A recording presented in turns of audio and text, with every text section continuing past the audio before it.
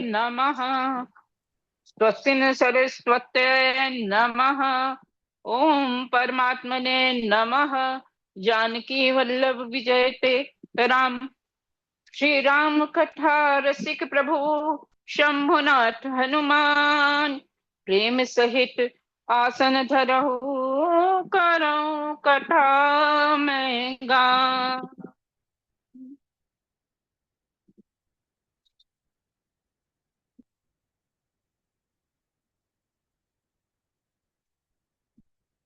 यस्मांके च विभाति भूधर सुता देवापगामस्तके भाले बाल सविधुर्गलं च गरलं यस्योरसि व्यालराट् सोऽयं भूति विभूषणः सुरवरः सर्वाधिपः सर्वदा शर्वा सर्वगता शिवः शशिनिभः श्रीशङ्करः पातु न माम् प्रसन्नताम्यान् गताभिषेकत् तथा न ममले वनवास दुःखतः मुखाम्बुज श्री रघुनन्दनस्य मे सदास्तु समञ्जुलमङ्गल प्रदा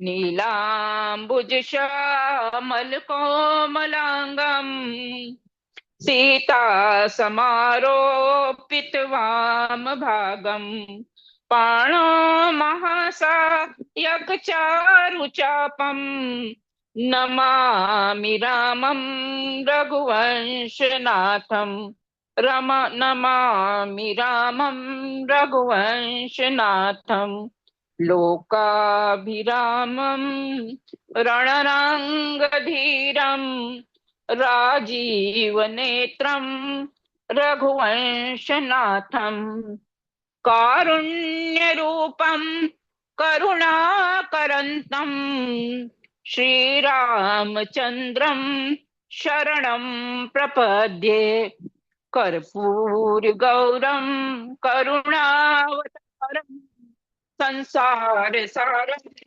भुजगेन्द्रहारं सदा वसन्तं हृदयारविन्दे भवं भवानी सहितं नमामि भवं भवानी सहितं नमामि मानोजवं मारुततुल्यवेगं जितेन्द्रियं बुद्धिमतां वरिष्ठं वातात्मजं वानरयूथमुख्यं श्रीरामचन्द्रं शरणं प्रपद्ये श्रीरामचन्द्रं शरणं प्रपद्ये राजीवनयन धरे धनुषायक भगत विपति भंजन रघुनायक जनक सुता जग जननी जानकी अतिशय प्रिय करुणा निधान की जय विधिनाथ होय हित मोरा करौ सुबेगी दास मैं तोरा सीताराम चरण रति मोरे बसहु राम सिय मानस मोरे। बोलिए भगवान श्री रामचंद्र भगवान की जय। उमापति महादेव की जय। पवन सुत हनुमान की जय। गोस्वामी तुलसीदास जी के चरणों में बार बार वंदन प्रणाम।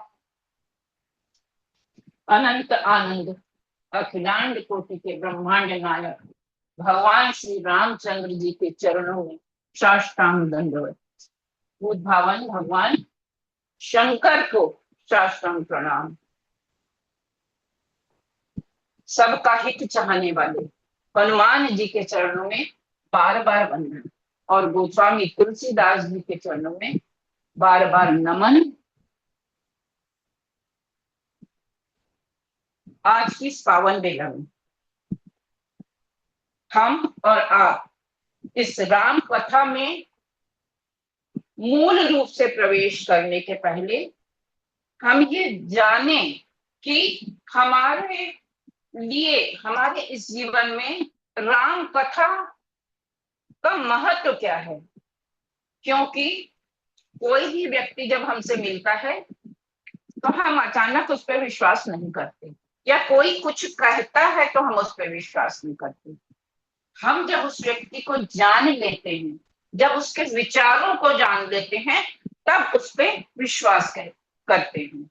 इसलिए श्री गोस्वामी तुलसीदास जी ने कहा है, जाने बिन ना कोई परतीति, बिनु परतीति कोई नहीं प्रीति। परतीति मतलब विश्वास, प्रीति मतलब प्रेम।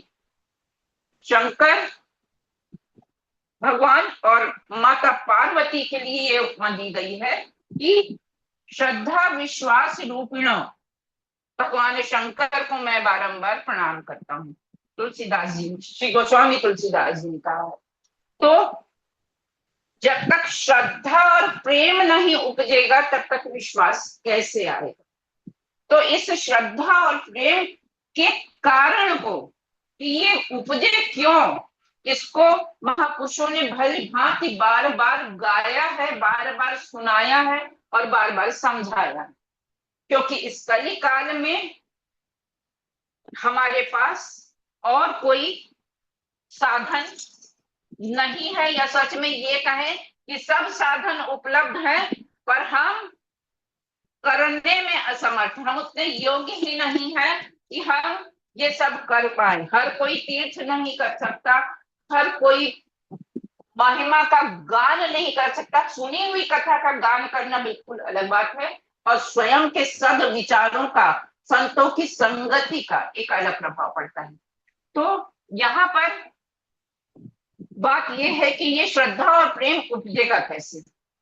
संतों ने बार बार इस महिमा को गाया है, और ये कथा भी 4 स्थानों पर गाई गई है, एक साथ गाई गई है। हम ऐसा समझते हैं कि हम ही भगवान का नाम ले रहे हैं और कथा का गान कर रहे हैं, पर बारंबार उन 4 स्थानों पर इस कथा को गाया जा रहा है और सुना जा रहा है। पहली जो कथा है वो गोस्वामी तुलसीदास जी स्वयं सुना रहे हैं और सुनने वाले हैं संत समाज। दूसरे अर्थों में हम इसे ये भी कह सकते हैं कि श्री तुलसीदास जी ने इस गाथा को स्वांतः सुखाए गाया है। तो तुलसीदास जी का निज मन श्रोता है और वक्ता स्वयं तुलसीदास जी है। तो पहली शिक्षा हो गई कि हमेशा ईश्वर का भजन, ईश्वर का पूजन, या आप भक्ति मार्ग के जो भी आयाम अपनाते हैं उन्हें आप स्वतः सुखाए, दूसरों को दिखाने के लिए नहीं कि हम चोआ चंदन लगा के और भगवा धारण करके हम बन गए भक्त, ऐसा कहीं होता नहीं है। वास्तव में भक्त वही होता है जो अपने आत्मा के सुख के लिए भगवान का गुणगान करते। गोस्वामी तुलसीदास जी जिस जगह पर कथा कह रहे हैं वो है बनारस का अस्सी घाट, और उसे नाम दिया है गोस्वामी जी ने शरणागति का घाट। शरण में चले जाइए, अपने को पूर्ण समर्पित कर दीजिए। शरणागति का मतलब यही होता है कि प्रभु हम तुम्हारी शरण में हैं, अच्छा होगा तो तुम्हारा और बुरा होगा तो तुम्हारा। तो यहाँ पे तुलसीदास जी ने इस कथा की महिमा को गाते हुए कहा है, राम कथा कली कामद गाई, सृजन सजीवनी मूरी सहाई, सोईवत सुधातल सुधा तरंगिनी, भय भंजन भ्रम भेक विभंजनी, बुध विश्राम सकल जन रंजनी, राम कथा कली कलुष विभंजनी। मतलब राम कथा परमार्थ हेतु गाई जाए, स्वांतः सुखाय हेतु गाई जाए। इसके लिए एक लाइन हमको अभी याद आ रही है कि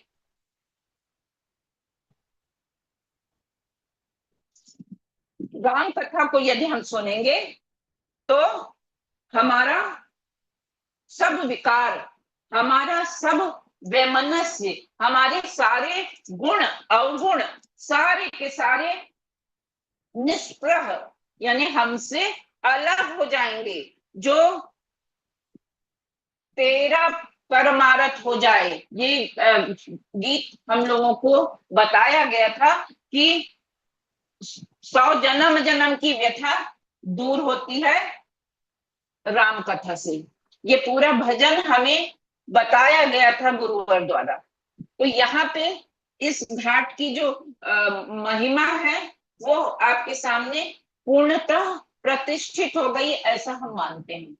अगली कथा जो है, यहाँ तुलसीदास जी ने अंत में ये भी कहा, शुरुआत में ही ये कहा है कि मैं आपको वो कथा सुनाने जा रहा हूं जो तीर्थराज प्रयाग में याज्ञवल्क्य जी ने भरद्वाज ऋषि को सुनाई थी। अब भरद्वाज ऋषि ने भी इस कथा का गान करने से पहले, इस कथा की महिमा को, कथा मूल कथा में प्रवेश करने से पहले कथा का महात्म्य, लोगों का विश्वास और श्रद्धा और प्रेम जागे, इसलिए गाया है। राम कथा शशि किरण समाना, संत चकोर करही जेहि पाना। राम कथा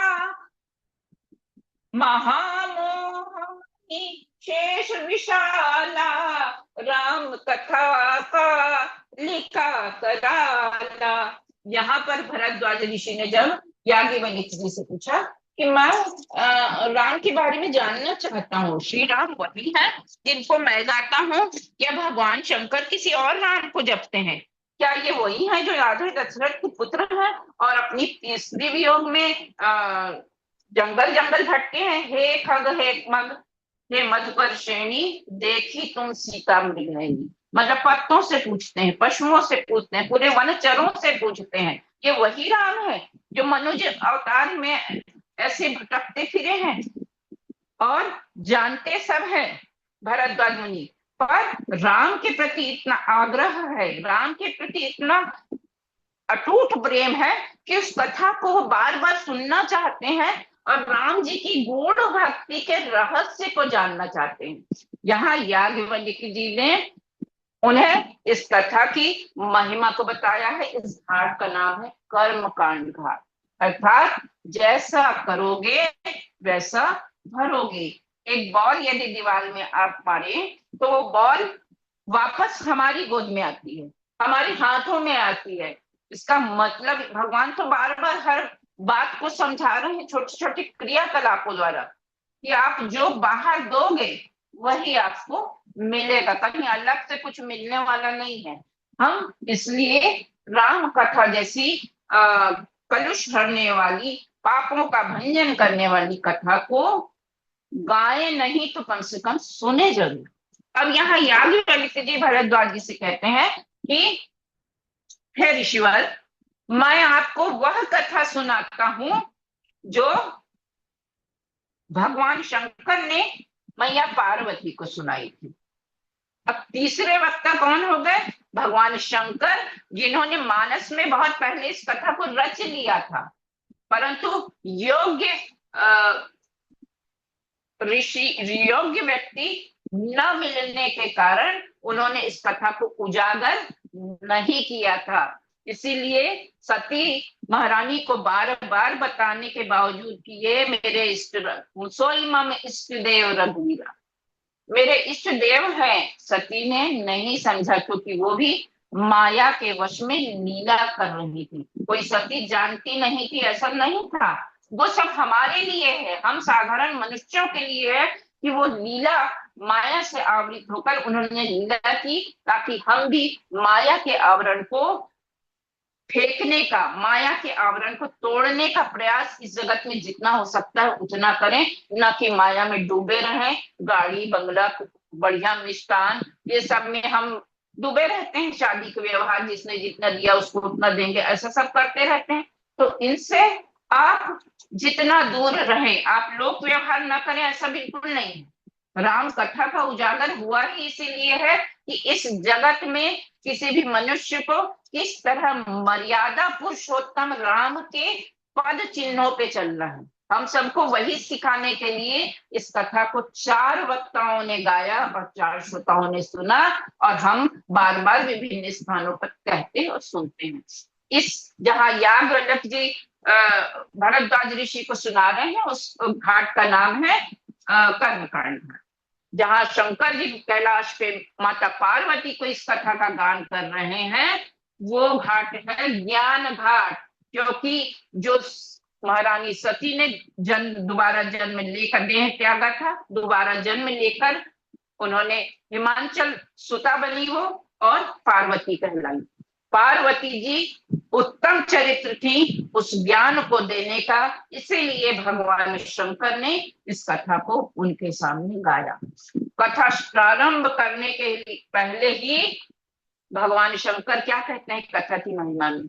राम कथा कली विटप कुठारी, सादर सुनो गिरे राजकुमारी। जो कली काल का जो ये पेड़ है हमारे, उसमें छाया हुआ है बिल्कुल विस्तृत रूप से, बरगद से भी घना। उसकी एक एक डाल, एक एक शाखा में पाप कर्म, एक एक उसमें कलुषित भावनाएं दूसरों के लिए हैं, उसको कुल्हाड़ी की भांति काट देती है ये राम कथा। सादर सुनो गिरि राजकुमारी। अब यहाँ एक संदेश आपके सामने ये भी आ गया कि आप कथा को आदर के साथ सुनिए। क्या होता है, हम कथा में बैठते हैं या कथा कहते हैं कई बार, तब भी सब्जी जल गई है ना, वो आ गया गेट में खटखटाया है, और देखते कहीं और हैं, कितनी शानदार कार जा रही है। तो मतलब देखते कुछ और हैं, सुनते कुछ और हैं, करते कुछ और हैं, सोचते कुछ और हैं। 4 काम एक साथ हम करते हैं, तो क्या हमारा मन निष्पाप निष्कलंक होता है? कतई नहीं। इसीलिए शंकर भगवान ये उपदेश दे रहे हैं, सादर सुनो गिरि राजकुमारी। मैं कथा कहता हूं जिसको तुम आदर सहित सुनो। हे पार्वती, मैं तुम्हारे सामने उस कथा का गान कर रहा हूं जो मैंने कागभूषुंडी जी से सुनी थी। अब यहाँ चौथे वक्त कौन हो गए? कागभूषुंडी जी। कागभूषुंडी जी जहाँ कथा का गान कर रहे हैं, वहां श्रोता के रूप में पक्षियों के राजा गरुड़ महाराज जी कथा सुन रहे हैं। एक बार गरुड़ जी को संदेह हुआ, मन में संशय उत्पन्न हुआ, तो भगवान शंकर ने कहा कि नीलगिरी पर्वत पर जाओ, जहां राम कथा हो रही है। इस कथा को सुनने से ये सारा भ्रम और संशय तुम्हारा मिट जाएगा। गरुड़ महाराज चले, प्रांगण में पहुंचे, वहीं पर उनका सारा भ्रम दूर हो गया। मन में सोचा, जिस आश्रम की इतनी महिमा है, जहां राम कथा हो रही है, यहाँ पैर रखते ही मेरा सारा भ्रम दूर हो गया, तो पता नहीं कथा सुनूंगा तो और क्या क्या मुझे प्राप्त हो जाएगा। तो अब इस घाट का नाम है भक्ति घाट। अटूट भक्ति राम के प्रति, निर्बाध, मतलब कोई बाधा उसको तोड़ नहीं पाएगी, ऐसी भक्ति ये नीलगिरी पर्वत पर कही जा रही है। कागभूषुंडी जी कह रहे हैं, गरुड़ महाराज सुन रहे हैं। इस घाट का नाम है भक्ति घाट।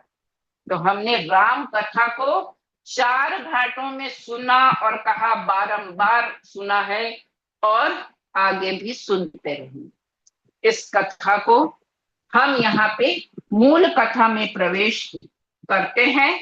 उस मूल कथा का प्रसंग है जहां पर याज्ञवल्क्य जी भरद्वाज मुनि से कहते हैं कि मैं तुम्हारी चतुराई जानता हूं, तुम राम की गूढ़ भक्ति का रहस्य जानना चाहते हो, इसलिए हे ऋषि महाराज सुनो, मैं उस कथा का गान करने जा रहा हूं जो भगवान शंकर ने मैया पार्वती से कही थी।